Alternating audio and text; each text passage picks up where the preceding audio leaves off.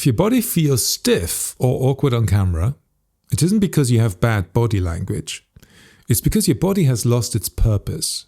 And I'm saying this as somebody who's coached many smart, capable people who communicate clearly in real life, but the moment the camera turns on, their body language completely changes. Not because they lack confidence, but because the normal rules of social interaction just disappear. In this video, I'll show you the 3 steps that you need to take so that your confident body language naturally emerges on camera. And no, this isn't about copying gestures or acting confident. But it starts with this: being comfortable and relaxed on camera. If you can't feel comfortable being looked at first, everything else is not going to work. So the first step really is to just be able to feel comfortable and relaxed being looked at. And in order to explain this to you, I'm going to tell you a little story from my drama school days. Now, I was incredibly self-conscious when I first arrived in drama school. We did an exercise at the time that was called the song exercise or singing exercise. That was wild. You had to stand in front of the class, you were supposed to relax your body, and then you were supposed to sing a song, the first note to the first person, the second note to the second person, the third note to the third person, each one taking one breath. Now, what do you think happened when people started doing this? Well, they started fidgeting, they started getting nervous, some people started crying, some people started giggling like mad. And that one exercise started to teach me that I can be okay to be looked at, not fiddle, and express myself. And that's what you want ideally as well. So the first step is to get comfortable being looked at. What I would recommend you do is to put on the camera or your phone, put it somewhere, and record yourself for 1 minute, doing absolutely nothing. While you do that, I want you to breathe slowly in and out. And look straight at the camera.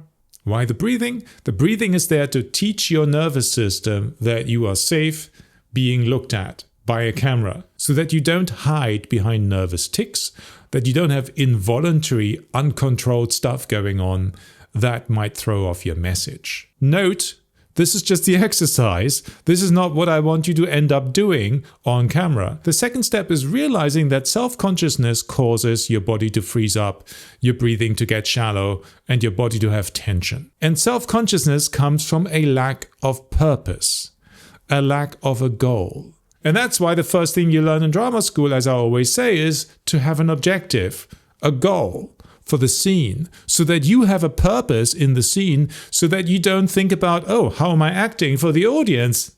Because that's not your job. You're there to achieve a goal in the scene, to make the other person in the scene do something that you want them to do, because drama is always about conflict. And the same applies here. You need to be very clear about what is the goal that you're trying to achieve when you're talking to your audience. And when you are clear about what that goal is, and it could be for people to subscribe to your video, that could be a goal.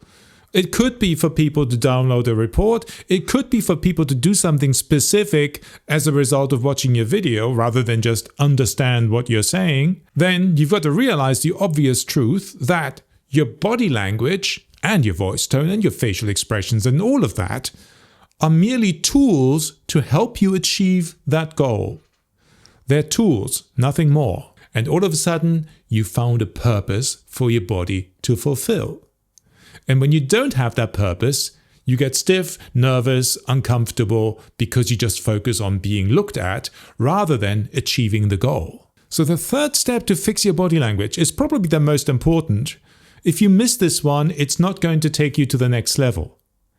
Once you have your objective and you're actually clear about what you want to achieve with your video, what you want to think about is the structure of your video.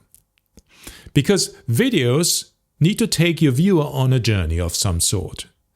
There's usually an introduction where you need to get the person hooked and interested in the topic. Now, what kind of body language, voice tone, and so forth would help you to do that? Look back to the beginning of this video, and you'll see what I did.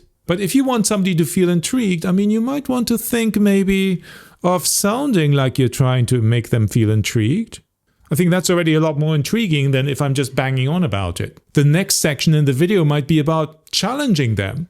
Hey, you're doing the wrong thing. A lot of people say this, but it's not true.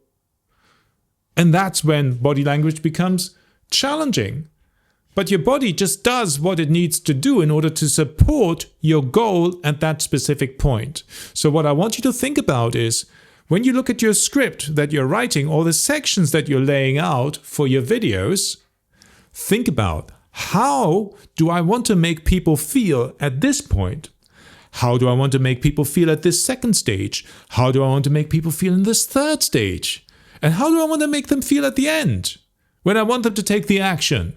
And all of a sudden, you're developing a range of expression because you have a goal, number one, and everything should fit in with that goal. Because when you take people on a journey from the beginning of the video to the end goal, which you should always have in mind, all of a sudden, your body language becomes a tool that helps you rather than something that you have to manage. So don't listen to the body language Nazis that you can't do this or that, or you're fiddling too much.